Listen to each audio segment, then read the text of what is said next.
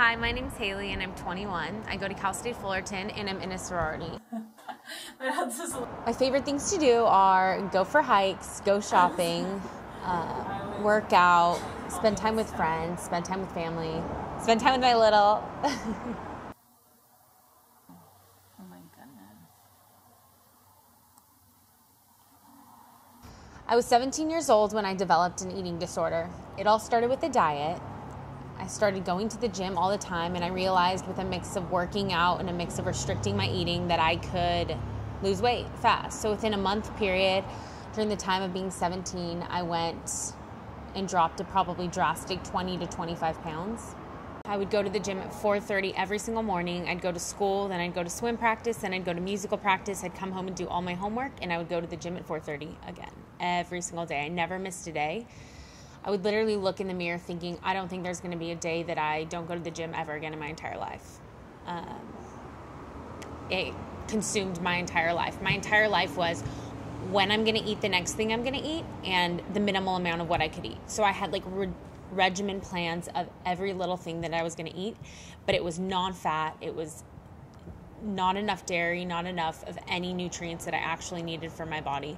I was working out 4 to 5 hours a day without including my swimming and my dancing when in musicals and stuff in school. So I was getting in a lot of exercise, but consuming probably 500 to 1,000 calories a day.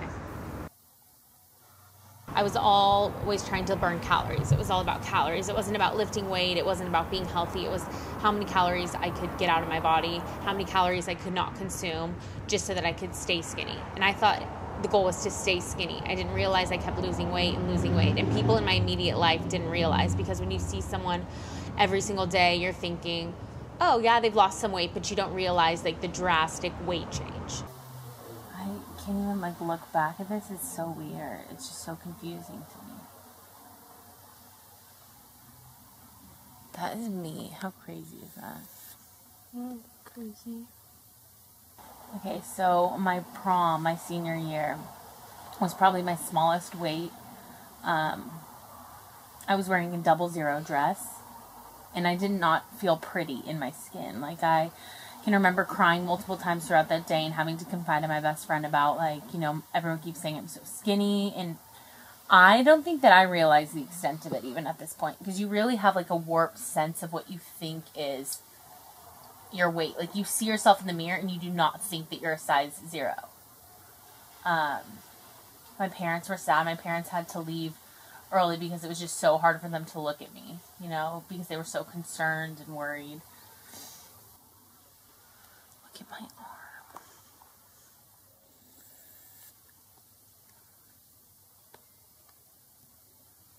Look at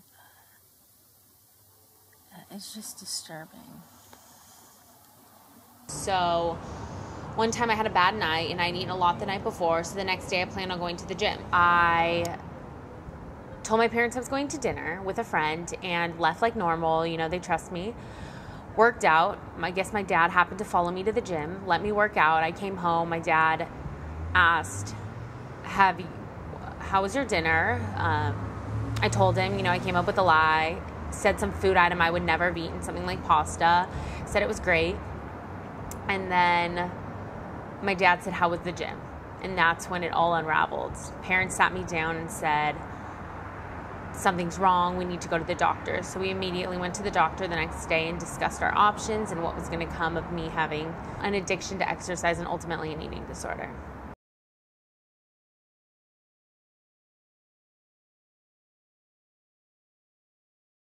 Recognized as eating disorders right now, there are 3. There's anorexia nervosa, bulimia nervosa, and binge eating disorder. Binge eating disorder is when people binge, and then do you want a brief on this? When people are going to binge eat and then they feel depressed feelings after, but they do nothing about it. Bulimia is going to be when you are binging and purging. And purging is commonly thought of as vomiting, but purging can be vomiting, laxatives, over-exercising. That all falls under bulimia. And then anorexia is going to be restricting, starving, and can be over-exercising as well. Mine started out with anorexia, and that's why I lost so much of the initial weight. But when it came down to being caught and needing to get help, I was very opposed to the idea at first. So I did turn to bulimia.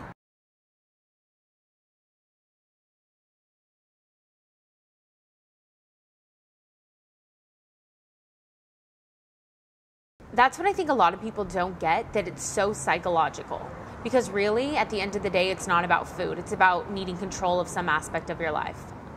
For me, I was stressed out. I had a lot going on at home, just constant pressures from my parents, and not necessarily anything they did, but it's a mix of wanting to be pretty like the people you see on TV, you know, feeling pressure, getting good grades, you know, having curfews, just every little thing, and coming down on you as a young adolescent. I needed control of some aspect of my life. So for me, I could control my eating. I could control my exercise habits, and for something I felt so in control of, I was so out of control with. So at one point I went from being extremely skinny to really heavy, and that is a really, really hard thing to come back from and kind of grasp. So you go from 98 pounds and then all of a sudden you're 110, and at that point my parents were so thrilled. It's like you're 110 pounds and you're eating pretty normally, and we're seeing you and you look like you're happier and healthier. And so that was like a good place where I could have, you know, maintained that weight and really just, you know, maybe been okay. But from there, and from getting help and talking to your therapist and stuff, it's much easier just to get into the mindset of I'm going to choose to eat what I want, because for so long I haven't eaten what I want.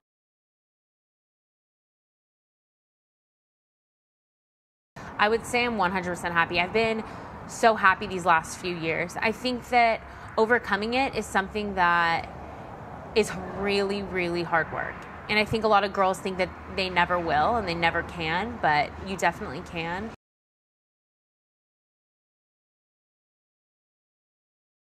I wish that either I was able to ask for help, or that somebody close to me would have intervened sooner. You know, it's nobody's fault and it's nobody's thing to recognize. You know, I think out of all my friends and out of my family, I'm the first to ever have had an issue with this. So I don't think they were trained or aware of what the signs were in front of them, you know, even if there were multiple red flags. And that's why I think that eating disorder awareness is so critical, because people need to recognize the signs. They need to recognize how to talk to somebody that they think might have an issue. They need to realize how common this is. And it's so much easier to prevent something than to treat it.